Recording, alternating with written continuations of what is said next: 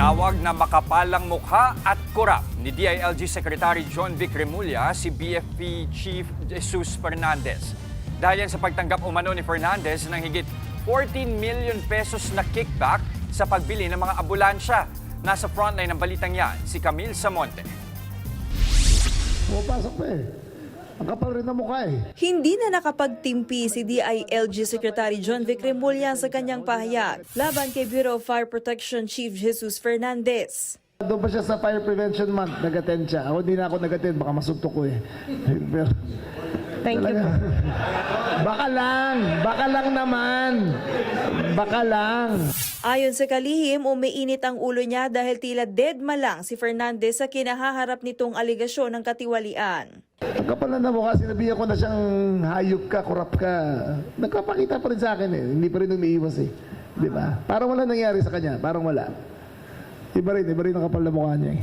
Formal nang naghain ng reklamo ang DILG sa Ombudsman laban kay Fernandez dahil sa umano'y paglabag sa Anti-Corrupt Practices Act, direct bribery at malversation of public funds and conspiracy. Kaugnay ito sa 14.7 million pesos na natanggap umanong kickback ni Fernandez mula sa pagbili ng higit 100 ambulansya ng BFP. Nadiskubring bago pa ang bidding ay tukoy na kung sino ang supplier ng ambulansya. These are information we have gathered through the testimony of someone who personally witnessed the preparation of the SOP money as well as the handing of the same to Fernandez.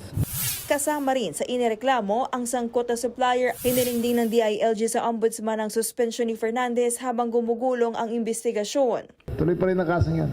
Retirement does not absolve you from allegations and for being tried for corruption. Hindi siya bulletproof vest para hindi ka makasuhan.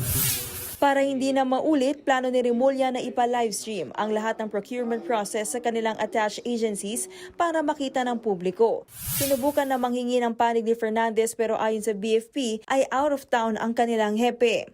Pinangunahan ni Fernandez ang groundbreaking ng Capas Fire Station sa Tarlac. Kahit tuloy lang ito sa pagtatrabaho, sinabi ni Remulla na pumipili na sila ng kapalit ni Fernandez. Hindi rin daw tumitigil ang internal cleansing sa BFP. If you think the job of internal cleansing is easy, mahirap talaga yan. But I believe, inumpisahan na namin sa baba, sa recruitment, sinampulan na namin, yung sa taas, sinampulan na namin. Kung nagawa namin sa PNP yan, magagawa rin namin sa BFP yan. Nagbabalita mula sa Frontline, Camille Samonte, News 5. Mga kapatid, Andre Felix po, manatiling may alam pagdating sa mga mahalagang balita sa loob at labas ng bansa. Mag-follow at mag-subscribe na po sa social media pages ng News 5.